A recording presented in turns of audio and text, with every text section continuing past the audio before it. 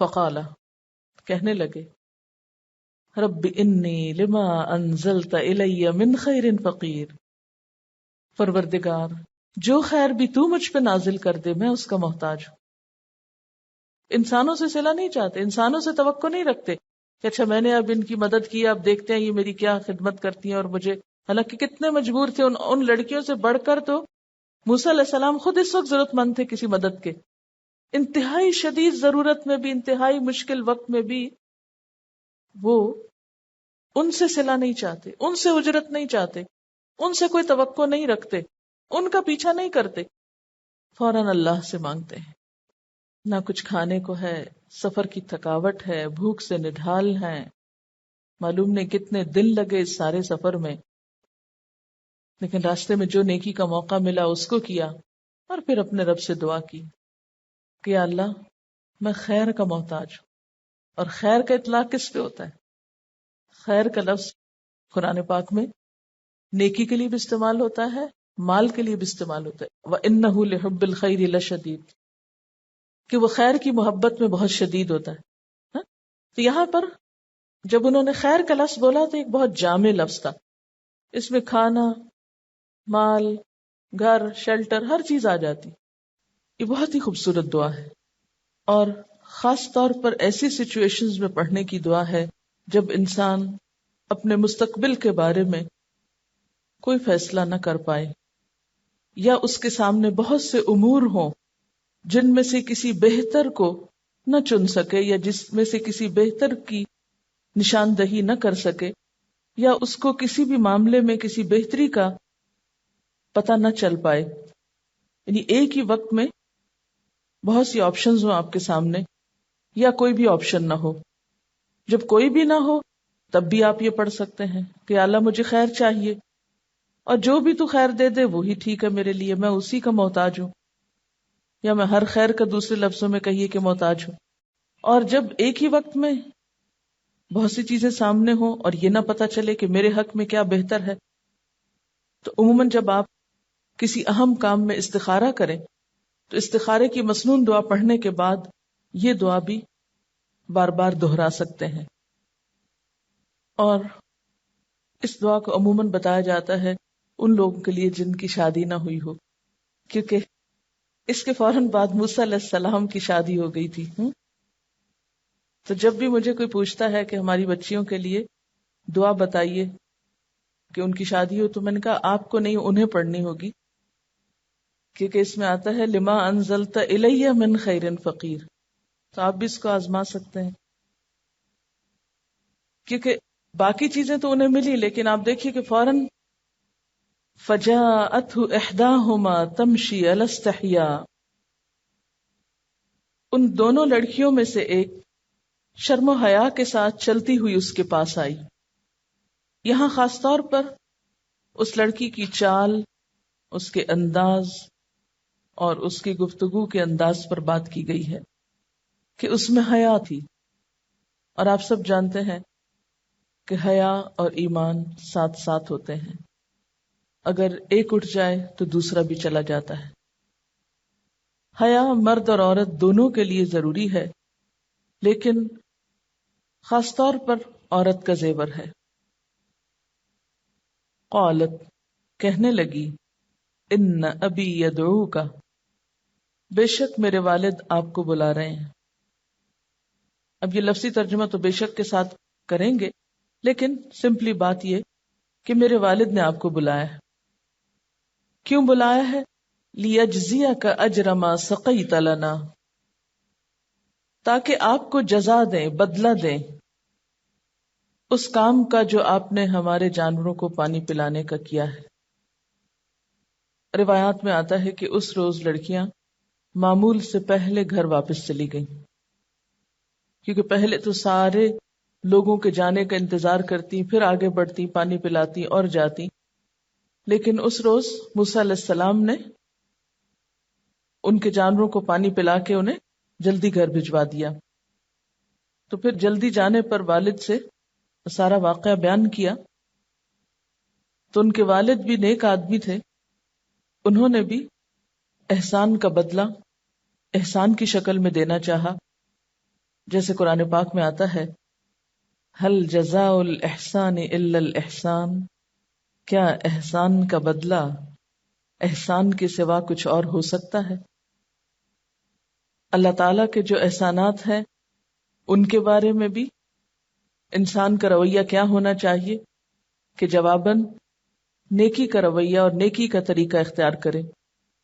اسی طرح زندگی میں کوئی انسان جو ہمارے ساتھ بھلا کرے، خواہ اپنا ہو یا غیر ہو، دوست ہو یا دشمن ہو، جاننے والا ہو یا اجنبی ہو، مسلمان ہو یا کافر ہو، کوئی بھی ہو، لیکن اگر اس نے ہمارے ساتھ اچھا کیا ہے تو اسلامی اخلاق کیا تقاضا کرتا ہے کہ ہم بھی اس کے ساتھ اچھائی کریں، کیونکہ اچھائی کا جواب اچھائی میں نہ دینا یا احسان کا بدلہ ناشکرے پن میں دینا، یہ نمک حرامی بھی ہے، بد اخلاقی بھی ہے، اور ایک مسلمان کو بالکل زیب نہیں دیتا۔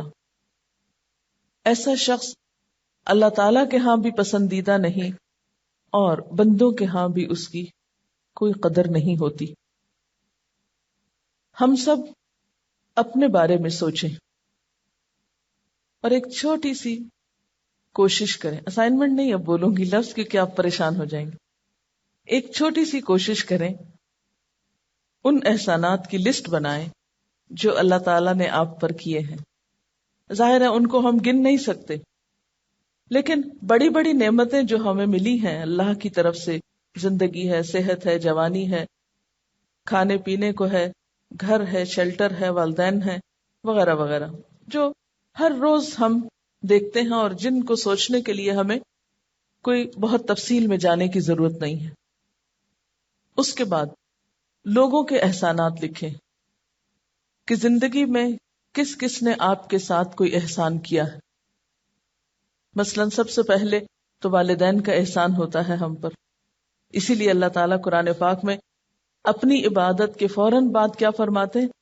وَبِالْوَالِدَيْنِ احسانا، وہاں لفظ بھی احسان استعمال ہوتا ہے کہ والدین کے ساتھ احسان کرو۔ پھر والدین کے علاوہ اور کون ہے؟ مثلا شوہر ہے جس کا احسان بہت کم لوگ مانتے ہیں، لیکن اللہ کے رسول صلی اللہ علیہ وسلم نے عورتوں کو خصوصی طور پر اس چیز کی تاکید کی کہ وہ شوہر کا احسان مانے اور اس احسان کے بدلے میں شکر گزار بھی ہوں۔ حدیث ہے ایک بہت خوبصورت شوہر کے احسان کے بارے میں، حضرت اسماء رضی اللہ تعالی عنہا کہتی ہیں کہ ایک بار نبی صلی اللہ علیہ وسلم میرے پاس سے گزرے، میں اپنی پڑوسن سہیلیوں کے ساتھ تھی، آپ نے ہمیں سلام کیا اور ارشاد فرمایا تم پر جن کا احسان ہے ان کی ناشکری سے بچو۔ تم میں سے ایک اپنے ماں باپ کے گھر کافی دنوں تک بن بیاہی بیٹھی رہتی ہے، پھر خدا اس کو شوہر عطا کرتا ہے، پھر اس کو اولاد سے نوازتا ہے۔ اگر کبھی کسی بات پہ شوہر سے خفا ہوتی ہے تو کہہ اٹھتی ہے میں نے تو کبھی تمہاری طرف سے کوئی بھلائی دیکھی ہی نہیں۔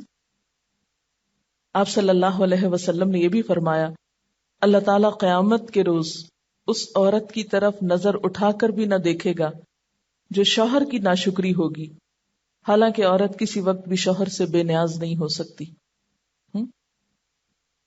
پھر اس کے بعد آپ دیکھیے کہ زندگی میں اور کن لوگوں کا آپ پر احسان ہے۔ سب سے پہلے آپ یوں سمجھے کہ جیسے انسانوں میں رشتہ داروں کے احسانات، اس میں والدین ہیں، شوہر ہیں، پھر بعض اوقات والدین نہیں ہوتے، کچھ اور لوگ آپ کو پالتے ہیں یا وہ آپ کو پڑھاتے لکھاتے ہیں، یا اس کے علاوہ بھی رشتہ داروں میں سے آپ چن کے دیکھ بھال کے سوچ سکتے ہیں کہ کس کس نے آپ پر کوئی احسان کیا۔ پھر اس کے بعد غیر رشتہ داروں میں پہلے تو موٹے موٹے احسانات کی لسٹ بنا لیں، بڑے بڑے، بہت ڈیٹیل میں نہ جائیں، کیونکہ بہت زیادہ غیر ضروری ڈیٹیل میں جب جاتا ہے انسان تو عمل سے بہت دور ہو جاتا ہے، وہ انتہا پسندی ہو جاتی ہے نا، پھر آپ پریکٹیکل نہیں رہتے۔ خیر الکلام ما قل ودل، چند باتیں ہوں، ٹپس پر ہوں، اور اس پر کیا عمل کرنا ہے وہ بھی آپ کے سامنے حاضر ہو۔ انسانوں میں سے کون انسان ہے جنہوں نے پچھلی ساری زندگی کا سوچنا ہے؟ ٹھیک ہے نا، بچپن سے لے کر اب تک. ایک تو یہ ہے کہ چھوٹے چھوٹے احسانات ہوتے رہتے ہیں. مثلاً آپ کہیں جا رہے تھے، کسی نے آپ کو پانی پلا دیا اور وہ اجنبی کوئی انسان تھا. بعض لوگ بہت اچھے ہوتے ہیں سفر میں، صرف اپنا ہی نہیں دوسروں کا بہت خیال رکھتے ہیں. تو چھوٹی چھوٹی ڈیٹیلز میں نہیں جانا، بڑے بڑے احسانات، یا جن لوگوں کے زیادہ احسانات ہیں، جن کے زیادہ احسانات ہیں، یا پھر جن کے کوئی خاص قسم کے احسانات ہیں. مثلاً اگر وہ احسان آپ پہ نہ کرتا وہ شخص، تو ہو سکتا ہے آپ کی زندگی روئن ہو جاتی. کسی نے آپ کو کسی خاص موقع پہ بہت اچھا مشورہ دیا ہو، کسی نے آپ کو کسی خاص موقع پہ کسی مصیبت میں پڑنے سے بچا لیا ہو. تو اس قسم کے خاص احسان جو زندگی میں آپ کو یاد بھی ہیں یا جن سے آپ کو کوئی خاص فائدہ پہنچا ہو، تو ان کی لسٹ بنا لیجئے. پھر اس کے بعد آپ دیکھیے کہ جواب میں آپ نے کیا کیا ان کے لیے. اللہ تعالیٰ کے احسانات کے مقابلے میں آپ نے کیا رویہ اختیار کیا. مثلاً اللہ نے آپ کو زندگی دی تو زندگی کس کام میں لگا رہے ہیں، جوانی دی تو جوانی کس کام میں لگا رہے ہیں، مال دیا تو مال کس کام میں لگا رہے ہیں، صحت دی تو صحت کا شکرانہ کیسے ادا کر رہے ہیں. یعنی طریقہ یا سلیقہ بھی آنا چاہیے نا کہ پھر ہم کریں کیا. کیونکہ بہت سے لوگ یہ تو مانتے ہیں کہ ہاں بھئی احسان ہے، کئی تو خیر یہ بھی نہیں مانتے، لیکن بہت سے لوگ یہ مانتے ہیں. کچھ لوگ ماننے کے بعد یہ بھی کہتے ہیں کہ ہاں ہمیں جواباً کچھ کرنا چاہیے، اور کچھ لوگ تو کرنا چاہتے ہیں لیکن ان کو یہ نہیں پتا کہ کرنا کیا چاہیے. مثلاً صحت کا شکرانہ کیسے ادا ہوگا. ٹھیک ہے نا، سوچئے نا، اس پر غور کریں نا ہم. ہاں؟ اسی طرح جوانی کا شکرانہ کیسے ادا ہوگا. کتنے ہی لوگ ایسے ہیں جو جوان ہونے سے پہلے دنیا سے چلے گئے. اسی طرح اور جو زندگی میں نعمتیں ہیں ان کا جو بڑی بڑی چند ایک. اچھا، اسی طرح والدین نے آپ کے ساتھ احسان کیا، کیسے شکرانہ ادا کرنا ہے. پھر مثلاً شوہر، اس کا احسان ہے آپ پر، کیا شکرانہ ادا کریں گے، کیسے احسان کا بدلہ چکائیں گے. پھر اسی طرح اور باقی لوگوں میں سے کوئی اور ہو سکتا ہے. بات یہ ہے کہ جب انسان کسی کا بھی احسان مند ہوتا ہے، کسی کا بھی شکر گزار ہوتا ہے، تو اس کا فائدہ دوسرے کو نہیں پہنچتا. دوسرے کو کیا ملے گا الا یہ کہ آپ کوئی خاص قسم کا اس سے معاملہ کریں. عام طور پر رویوں میں شکر گزاری کا فائدہ پھر خود ہم ہی کو لوٹتا ہے. اب آپ دیکھیں، اکثر ماں باپ اپنی بچیوں کے رشتے کے لیے پریشان ہوتے ہیں.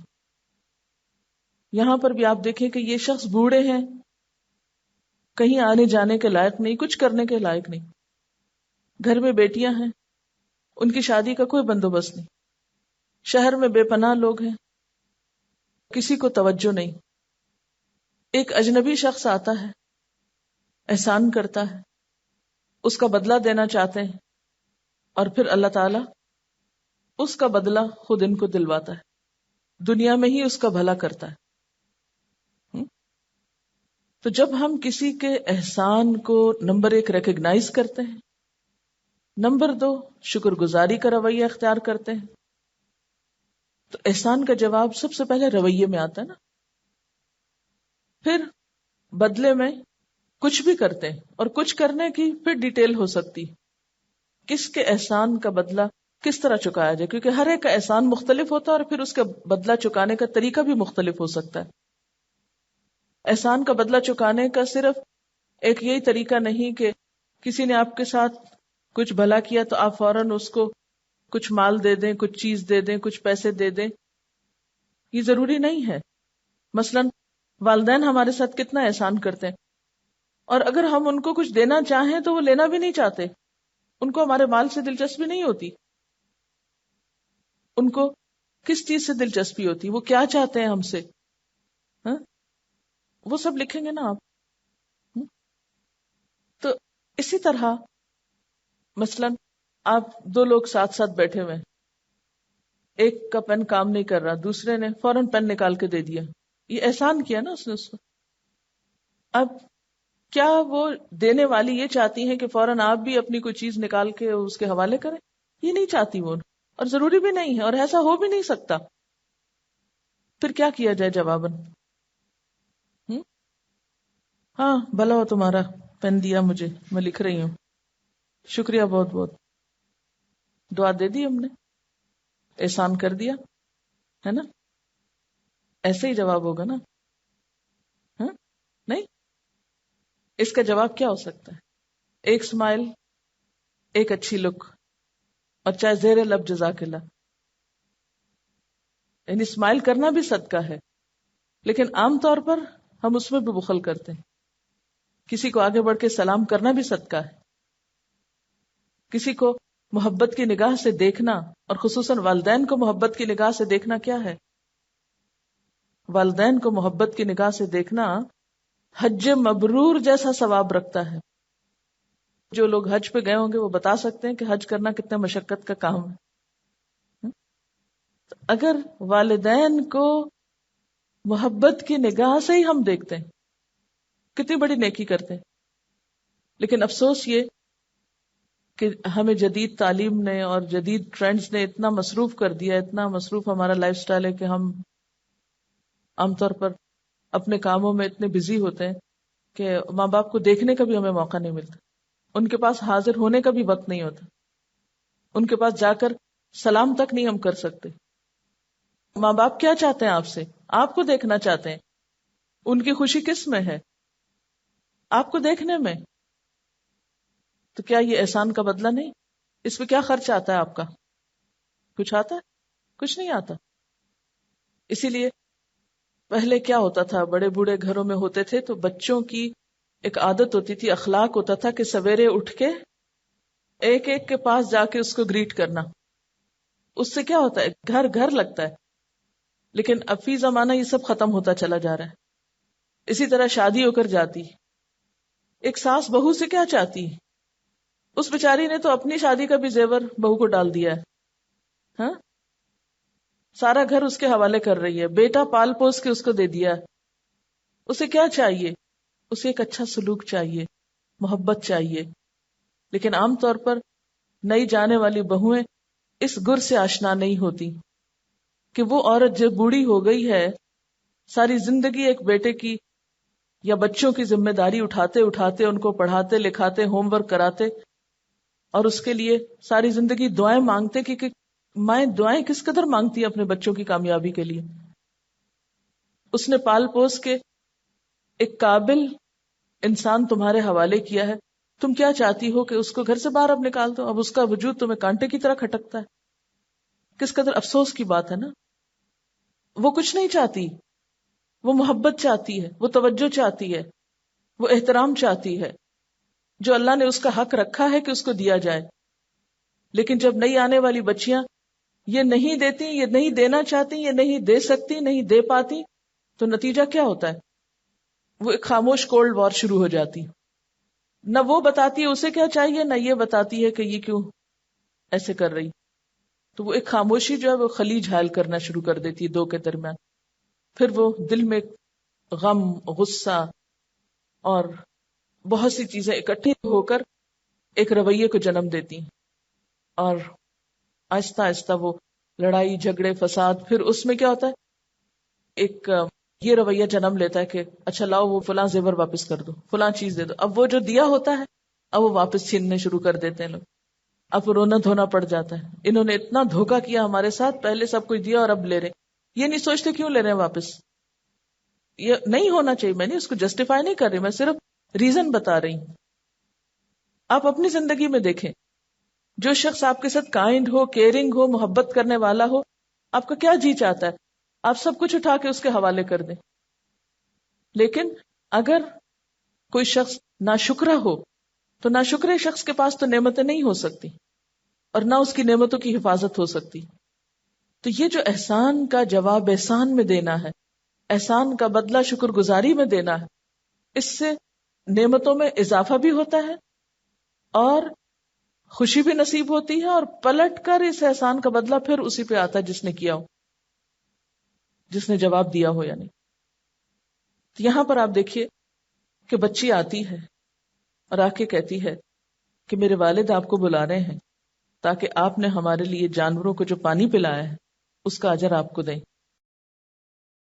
اچھا یہ بھی تو ہو سکتا تھا کہ وہ گھر سے کچھ پیسے اٹھا لاتی یا کوئی بھی چیز کہتی یہ میرے والد نے دیا ہے، جو کچھ آپ نے کیا ہے یہ آپ رکھ لیں، یہ ہو سکتا تھا نا، لیکن ایسا نہیں ہوا، کیونکہ عورت کے لیے زیادہ مستحسن صورت کیا ہے کہ اس کے ساتھ معاملات طے کرنے میں چاہے مرد بوڑھا ہی ہو یا باپ جیسی شخصیت ہو جو کہ نکل ہی نہیں سکتا، انتہائی بوڑھے لگتے ہیں تبھی وہ ساتھ بھی نہیں آتے، لیکن یہ بچیاں اپنے والد کو شریک کرتی ہیں سارے معاملے میں اور گھر جا کے بتاتی ہیں۔ عام طور پر ہمارے ہاں کیا ہوتا ہے، ہم عورت کی آزادی کا مطلب کیا سمجھتے ہیں کہ عورت تنہا ہی سارے معاملات طے کر لے، خود سے خود ہر چیز کا فیصلہ کر لے۔ اس میں بعض اوقات عورت ہی کے لیے مشکلات پیدا ہو جاتی ہیں۔ کیوں کہا گیا کہ عورت کی شادی یا نکاح جو ہے وہ کون کرے؟ اس کا ولی کرے۔ ان معاملات میں جب ہم فطرت پر نہیں چلتے تو بعض اوقات گھر میں مشکلات اور غلط فہمیاں بھی پیدا ہوتی۔ قالت ان ابی یدعوک، میرے والد آپ کو بلا رہے ہیں، لیجزیک، تاکہ وہ آپ کو بدلہ دیں، اجر ما سقیت لنا، جو بھی آپ نے ہمارے جانوروں کو پانی پلایا۔ فلما جاءہ، تو جب موسیٰ علیہ السلام اس کے پاس آتے ہیں، وقص علیہ القصص، اور اسے اپنا سارا قصہ سناتے ہیں۔ کون سا قصہ؟ کہ پیچھے کیا کر کے آئے، یہاں کیسے پہنچے۔ قال لا تخف، کہتے ہیں کہ خوف نہ کرو، نہ ڈرو، نجوت من القوم الظالمین، تم ظالم قوم سے نجات پا چکے ہو۔ یہاں پر ایک سوال باقی ہے، اور وہ یہ کہ یہ شخص تھے کون؟ ان بچیوں کے باپ کون تھے؟ قرآن پاک میں تو ہمیں کوئی صراحت نہیں ملتی کہ کون تھے، لیکن مفسرین کی اکثریت اس سے مراد شعیب علیہ السلام کو لیتی کہ یہ اللہ کے نبی شعیب علیہ السلام تھے جو اہل مدین کی طرف مبعوث ہوئے تھے۔ امام شوکانی نے بھی اسی رائے کو ترجیح دی۔ امام شوکانی مفسر ہیں، جیسے ابن کثیر ہے نا، ایسے امام شوکانی بھی ہیں، لیکن ابن کثیر اس سے اختلاف کرتے ہیں۔ وہ کہتے ہیں کہ حضرت شعیب علیہ السلام کا زمانہ نبوت حضرت موسیٰ علیہ السلام سے بہت پہلے کا ہے، یعنی وہ بہت پہلے گزر چکے ہیں، اس لیے یہ شخص ان کی امت میں سے ہو سکتے ہیں یا ان کی اولاد میں سے ہو سکتے ہیں یا پھر کوئی بھی اور شخص ہو سکتا ہے۔ قال لا تخف نجوت من القوم الظالمین، تم ڈرو نہیں، اب تم ظالموں کی دسترس سے باہر ہو۔